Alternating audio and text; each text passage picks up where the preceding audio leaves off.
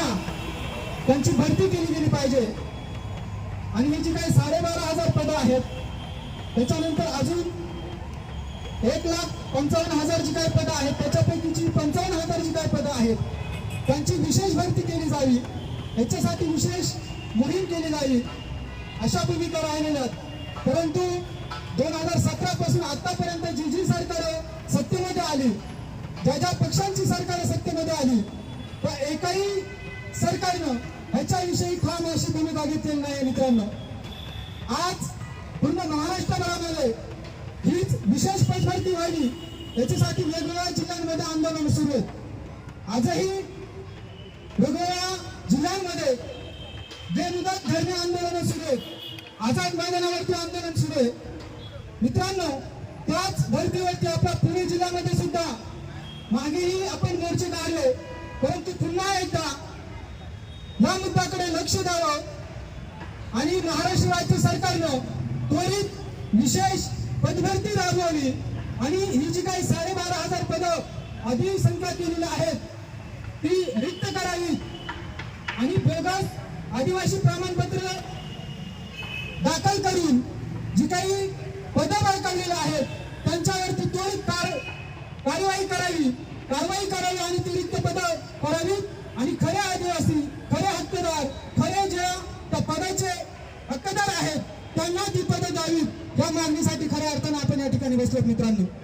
मला या निमित्ताने DYFIच्या वतीने एक विनंती आपल्या सर्वांना करायची आहे मित्रांनो। हे लढे वर्षानुवर्ष चालू आहेत। महाशय अक्षयनी त्याच्या भाषणामध्ये प्रस्ताविकेमध्ये सांगितलं की ही जी काही पदभरती आहे तिच्यामधून तुमचे हक्क तर डावललेले आहेतच, परंतु अजून इतर ज्या काही स्कीम आहेत, इतर ज्या काही विविध योजना आहेत त्यांच्यामधून सुद्धा आदिवासींना डावलण्याचं काम या शासनाने मोठ्या प्रमाणामध्ये केलं। इथं लाडकी बहीण योजना यांनी आणली आणि त्या लाडक्या बहीण योजनेला पैसे कुठून दिले मित्रांनो? PSP फंडातले पैसे दिले मित्रांनो। ट्रायबल सब प्लॅन हे जे काही आहे त्याच्यातलं आदिवासींच्या अंदाजपत्रकातील पैसे हे लाडक्या बहिणीसाठी वळवले मित्रांनो। तुम्ही ज्या वसतिगृहामधून काही विद्यार्थी राहत आहेत, काही विद्यार्थी MPhil PhD करतायत, त्यांना शिष्यवृत्ती हे सरकार देते। तुमची शिष्यवृत्ती मिळाली का हो?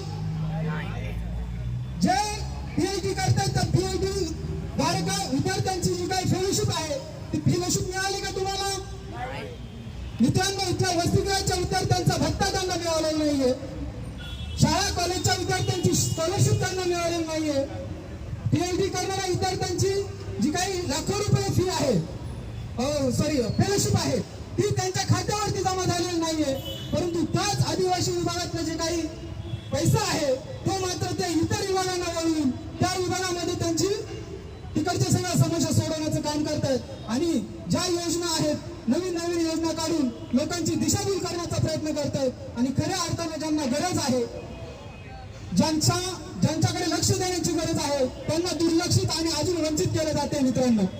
या गोष्टीचा मी या ठिकाणी जाहीर निषेध करतो आणि पुन्हा एकदा हे आवाहन करतो की इथेच प्रत्येक महाराष्ट्रभरातून प्रत्येक जिल्ह्यातला तरुण या ठिकाणी आलेला आहे मित्रांनो। आपण आता शिक्षण घेतोय, आपल्या या शिक्षणाचा उपयोग भविष्यामध्ये समाजाच्या उद्धारासाठी, या देशाच्या उद्धारासाठी आपण केला पाहिजे आणि ही जी काही चुकीची धोरणं या ठिकाणी राबवत आहेत इथले राजकारणी जे काही समाजाला डावलून जे काही चुकीच्या पद्धतीनं भेदभावपूर्ण अशी धोरणं आता या ठिकाणी आणतायत, पूर्णपणे इथली जी काही राज्यघटना आहे ती धाब्यावरती बसून काम करण्याचं नवीन पायंडे या ठिकाणी पाडले जात आहेत। याला खऱ्या अर्थानं आपण तरुणांनी जाब विचारला पाहिजे आणि ही जी काही पदभरती रेंगाळलेली आहे मोठ्या प्रमाणामध्ये युवक शिक्षण घेऊन जे काही बाहेर पडतात, बेरोजगार मोठ्या प्रमाणामध्ये वाढत आहेत, तर रोजगार त्या ठिकाणी त्यांच्या हाताला काम दिलं पाहिजे, रोजगार उपलब्ध केला गेला पाहिजे आणि मोठ्या प्रमाणामध्ये पदभरतीची मोहीम या ठिकाणी राबवली गेली पाहिजे। शासनाच्या अंतर्गत ज्या काही आस्थापना आहेत, जेवढे काही विभाग आहेत, तर प्रत्येक विभागाची जरी आकडेवारी काढली तरी मोठ्या प्रमाणामध्ये तिथे रिक्त पदं आहेत। लोकसंख्येमध्ये भारत हा 1 नंबरला जगामध्ये आहे की नाही मित्रांनो? लोकसंख्येमध्ये 1 नंबरला आहे। जागतिक जी काही लोकसंख्या आहे आणि त्या लोकसंख्येच्या प्रमाणामध्ये जे काही सरकारी कर्मचारी असायला पाहिजेत विविध विभागांमध्ये ते कर्मचारी त्या लोकसंख्येच्या प्रमाणामध्ये नाहीयेत। जगाची आकडेवारी पाहिली आणि भारताची जर आकडेवारी पाहिली, लोकसंख्येच्या प्रमाणामध्ये किती शासकीय कर्मचारी, सरकारी कर्मचारी आहेत हे जर पाहिलं तर भारताचा आलेख एकदम खाली येतो मित्रांनो। या ठिकाणी आपल्याला संरक्षण देण्यासाठी आपले पोलीस बांधव या ठिकाणी आहेत। त्यांची जरी आकडेवारी पाहिली प्रत्येक विभागामध्ये, प्रत्येक लोकसंख्येच्या प्रमाणामध्ये, तर प्रचंड संख्या कमी आहे। 1 लाख लोकसंख्येमध्ये किती पोलीस पाहिजेत हे जर पाहिलं तर किमान 125 पेक्षा जास्त पोलीस हवेत असा आकडा सांगतो। परंतु ते प्रत्यक्ष किती आहेत? ते प्रत्यक्ष 43 पोलीस आहेत। म्हणजे इतक्या प्रमाणामध्ये कमतरता पोलिसांची सुद्धा या ठिकाणी आहे। विविध कार्यालयांमध्ये जा, तुम्ही तहसील कार्यालयामध्ये जा, जिल्हाधिकारी कार्यालयामध्ये जा, पंचायत समितीमध्ये जा किंवा जिल्हा परिषदेमध्ये जा किंवा सरकारचे जे काही विभाग आहेत, नगरपालिका असतील, नगरपंचायत असतील आणि बाकीची सगळी शासकीय कार्यालय, प्रत्येक विभागामध्ये कर्मचाऱ्यांची संख्या कमी आहे मित्रांनो। तुम्हाला आजही बँकेत गेलं तर लाईन लावावी लागते, एकाच टेबलवरून काम चालतं मित्रांनो। काय तिथं 2-2, 3-3 टेबल नको पाहिजे की नको? 2-2, 3-3 टेबल पाहिजे, म्हणजे तिथं प्रत्येक टेबल मागे किमान 4 ते 5 माणसं काम करू शकतात। 4 ते 5 विभागांना रोजगार भेटू शकतो मित्रांनो।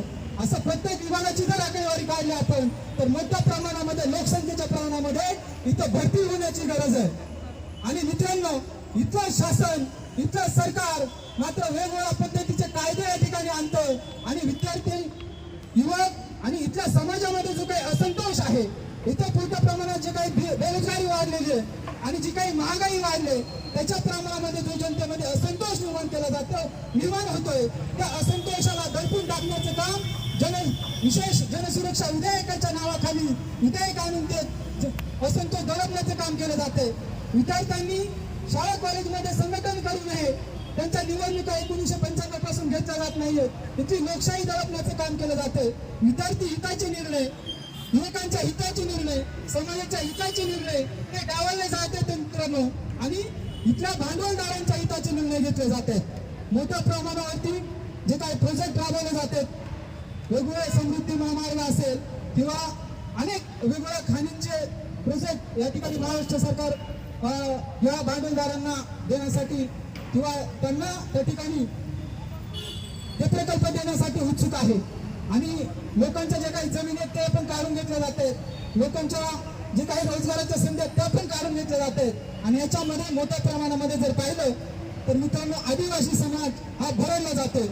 खाणी जास्त करून कुठे तर आदिवासी विभागामध्ये, धरणं कुठे जास्त आदिवासी विभागामध्ये, ग्रामीण भागामध्ये, वेगवेगळे जे काही सरकारी प्रोजेक्ट राबवले जातात, अभयारण्य कुठे आदिवासी विभागामध्ये।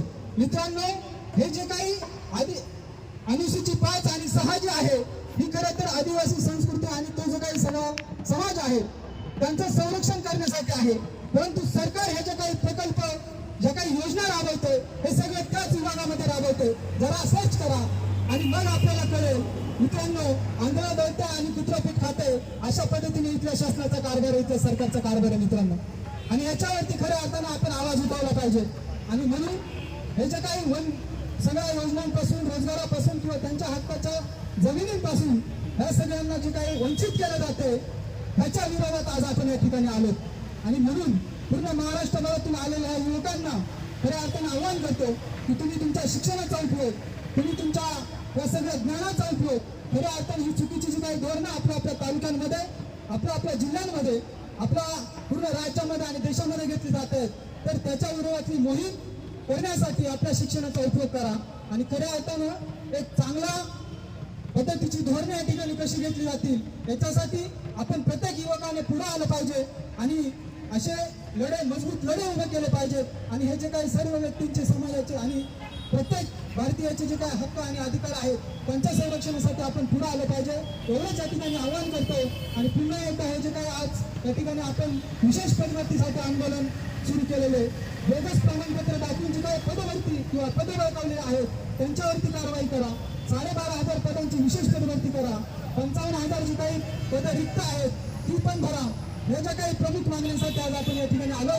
DYFI ही जी काही युवकांची देशभरातली संघटना आहे, याच्या वतीनं मी आपल्या आंदोलनाला पाठिंबा देतो आणि पुढे या लढ्यामध्ये सोबत असेल असं आश्वासित करतो आणि थांबतो. इन्क्लाब जिंदाबाद, DYFI जिंदाबाद.